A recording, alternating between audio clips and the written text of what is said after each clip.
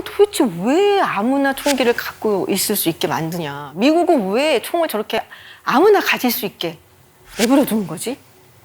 그런 생각 많이 하시죠? 네, 규제가 없지는 않아요. 미국도 당연히 규제가 있습니다.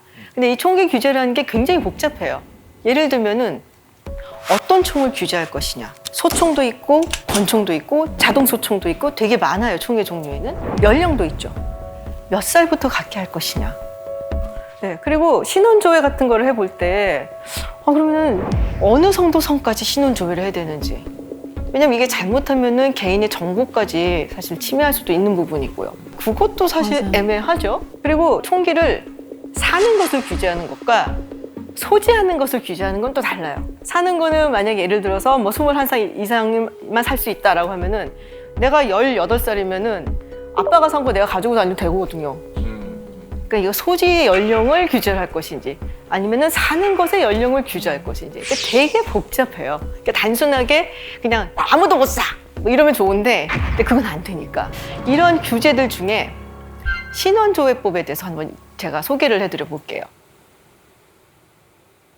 신원조회를 할 수가 있잖아요. 나 총 좀 살래요 하고 이제 딜러샵에 갔어요. 그럼 당신 아이디를 주세요.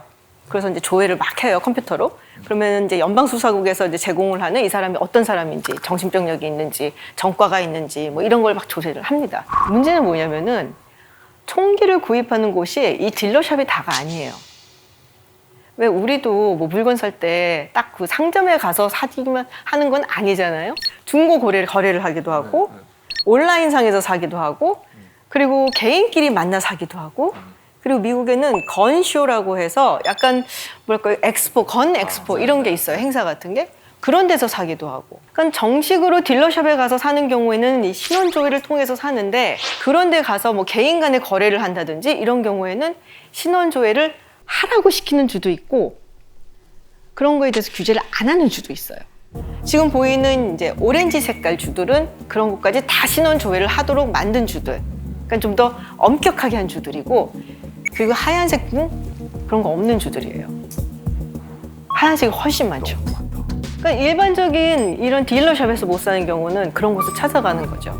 그리고 온라인에서는 상당히 자유롭게 거래가 되니까 사실은 위험한 인물들한테 총기가 넘어가는 케이스는 대부분 온라인이나 개인 간의 거래에서 거래가 되는 총기들이에요.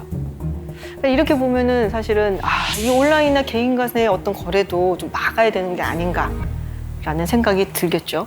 선생님, 그러면 뭐 마켓이나 뭐 직거래로 총을 산다고 하면 그 총의 가격은 어느 정도 되나요?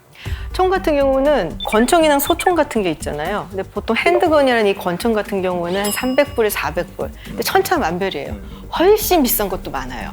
기능이나 성능에 따라서 뭐 1000불, 2000불 되는 것들도 많고. 근데 소총, 뭐 산탄총 같은 경우는 뭐 한 200불에 300불 정도면은 살 수 있는 걸로 이렇게 나옵니다. 꽤 싼 거죠, 그러면. 맞아요. 그런 게 싼 거. 뭐 맘만 먹으면 사실은 살 수 있다는 거죠. 네.